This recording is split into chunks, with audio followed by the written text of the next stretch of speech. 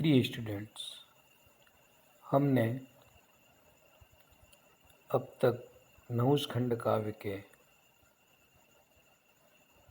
शची, नहुष, उर्वशी, स्वर्गभोग, संदेश लगभग 5 सर्ग पढ़ लिए।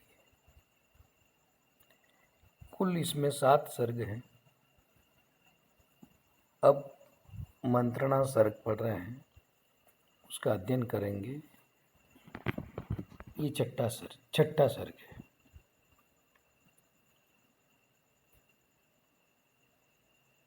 नहुष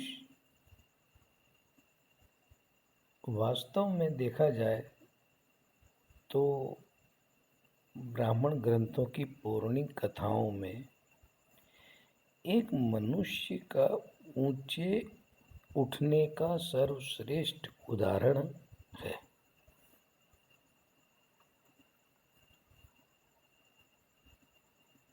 और इसी को ध्यान में रखकर गुप्त जी ने इस पौराणिक कथा को खंड काव्य का आधार बनाया।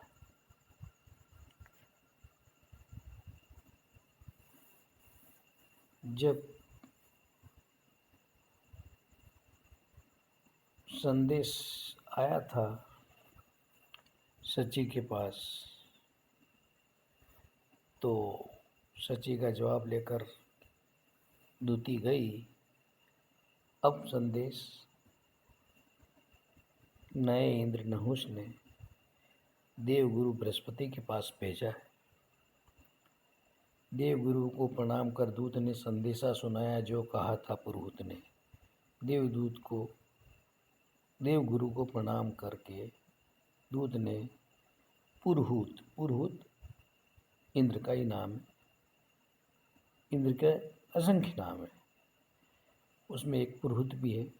नए इंद्र ने जो संदेशा कहा था उस संदेश को दूत ने देवगुरु को यथोचित प्रणाम करके कहा।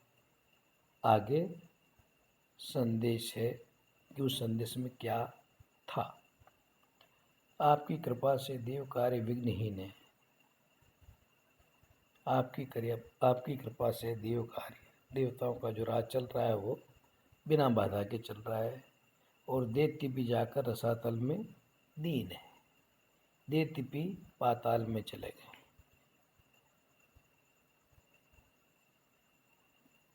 रसातल सप्त पाताल में से एक पाताल है, मतलब सबसे नीचे चले गए और लाचार है। बाहर की जितनी व्यवस्था सब ठीक है। राज्य के बाहर की जितनी भी व्यवस्था है, स्वर्ग के राज्य के बाहर की सब ठीक है। घर की अवस्था किंतु शून्य है, अलीक है।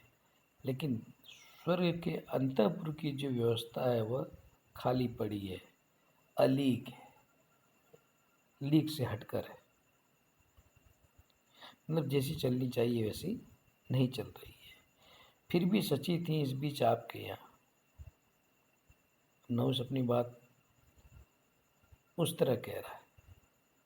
शची ने तो जवाब दे दिया था और शची के जवाब से वह क्रोधित भी हुआ था।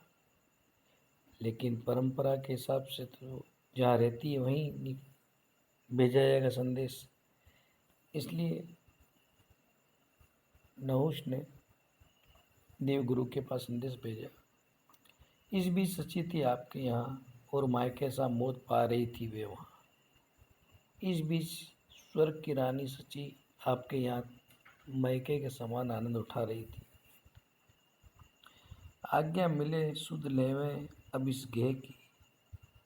अब आप सची को आज्ञा दे तो वे अपने इस घर की भी खोज खबर ले, क्योंकि वो महल रनिवास उनका ही है।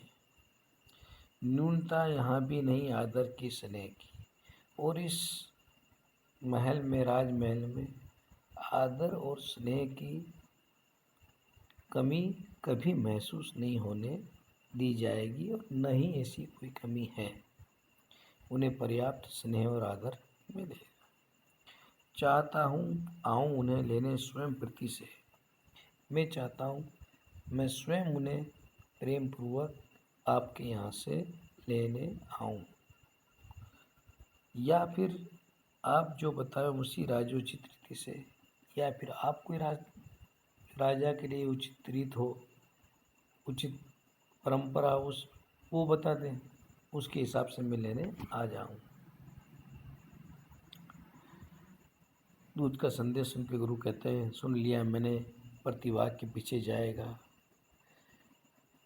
दूत से कह रहे हैं कि जो तूने कहा वो मैंने सुन लिया है, प्रत्युत्तर बाद में भिजवा दूंगा। कहना विलम्ब व्यर्थ होने नहीं पाएगा।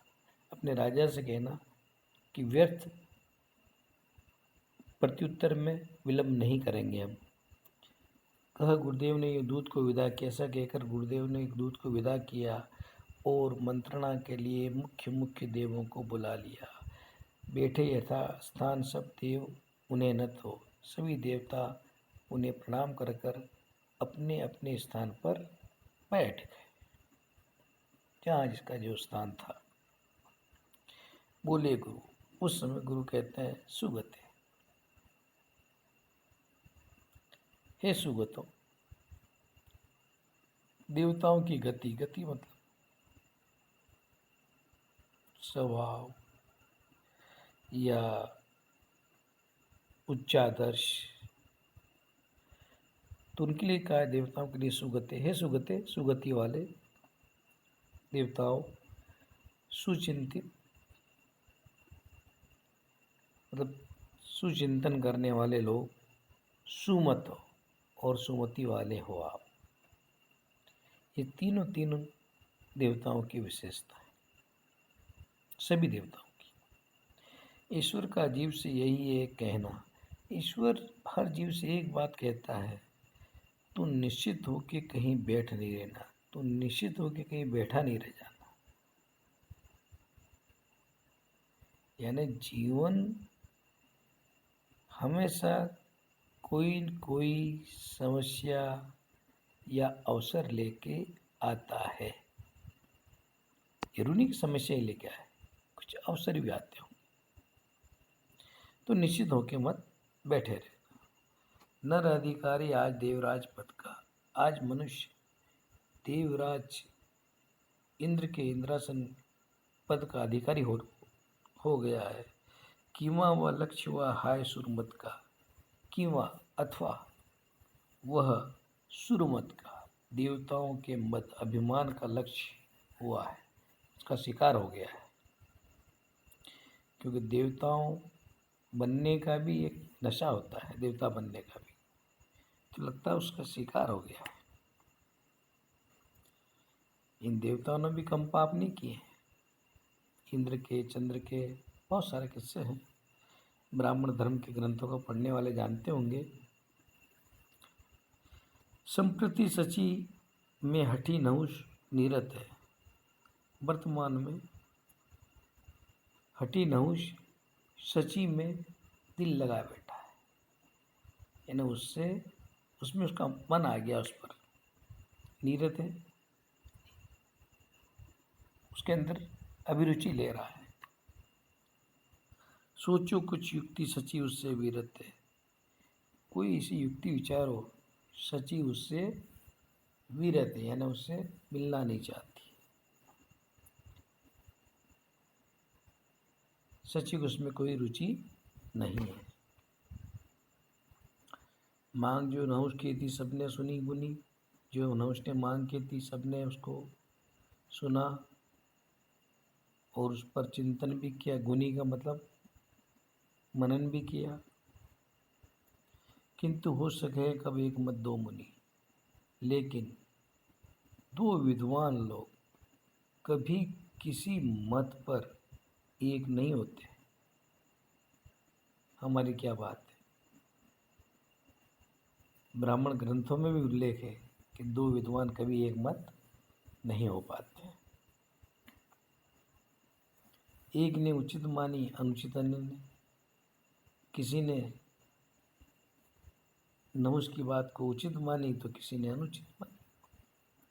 तो भी दिया मुक्त मत किसी मतिमंद ने। फिर भी किसी बुद्धिमान देव ने सबसे अलग हटकर वह अपनी राय बताई। भटका स्वयं है तर्क खोजने जा तत्व को। कह रहा है कि तर्क तत्व को खोजने के चक्कर में खुद ही भटक गया है। बड़ी जटिल समस्या है ये सची और नहुस वाली। एक नज़र में तो हमें दिख रही है कि भाई सची इंद्र की पत्नी और नहुस से पाना चाह रहा है, लेकिन जो ये आधार है, ये आधार और तरह का है। सची इंद्र की पत्नी नहीं है, सची उस सिंहासन की पत्नी है। सदैव इंद्र के मतलब इंद्रासन की इंद्र जो नगरी है उसकी रानी रहेगी वो, इंद्र कोई भी हो। बड़ी जटिल है। इसीलिए कह रहे हैं कि भटका स्वयं है तर्क खोजने को जो तत्व है। फिर भी न माने कौन उसके महत्व को, फिर भी तर्क के महत्व को कौन है ऐसा जो नहीं मानता। शंका वधु जेठी जेठी जेठी जेठ महीने में कपास होता उसको कहते हैं। मतलब वधु सची के लिए कह सकते हैं। सची शंकाशील है और मतलब जेठी भी है, कड़क है, अपने मत पर नहीं जाना चाहती सची के पास। वर हेठा, और वर भी क्या है, नहुष, हठीला है।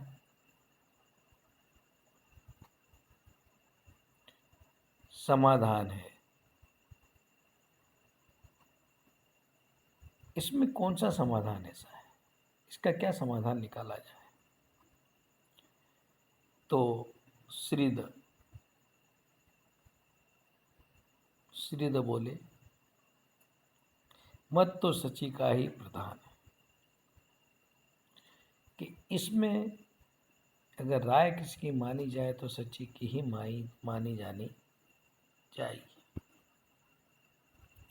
मेरा पद मान धना बोली पूछते हो आज। मान धना सम्माननीय गौरवशाली माननीय सची बोली मेरा मत आज पूछ रहे हो। पूछ लूँ क्या मैं भी?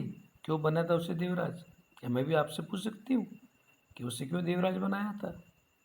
कोई ना था तुम में जो भार उतरे तब लो, तुम में ऐसा कोई नहीं था तो जो तब तक इस राज्य का भार अपने कंधों पर उठा सकता था, जब तक स्वामी कहीं अपने इस पाप का प्रायश्चित न कर लें।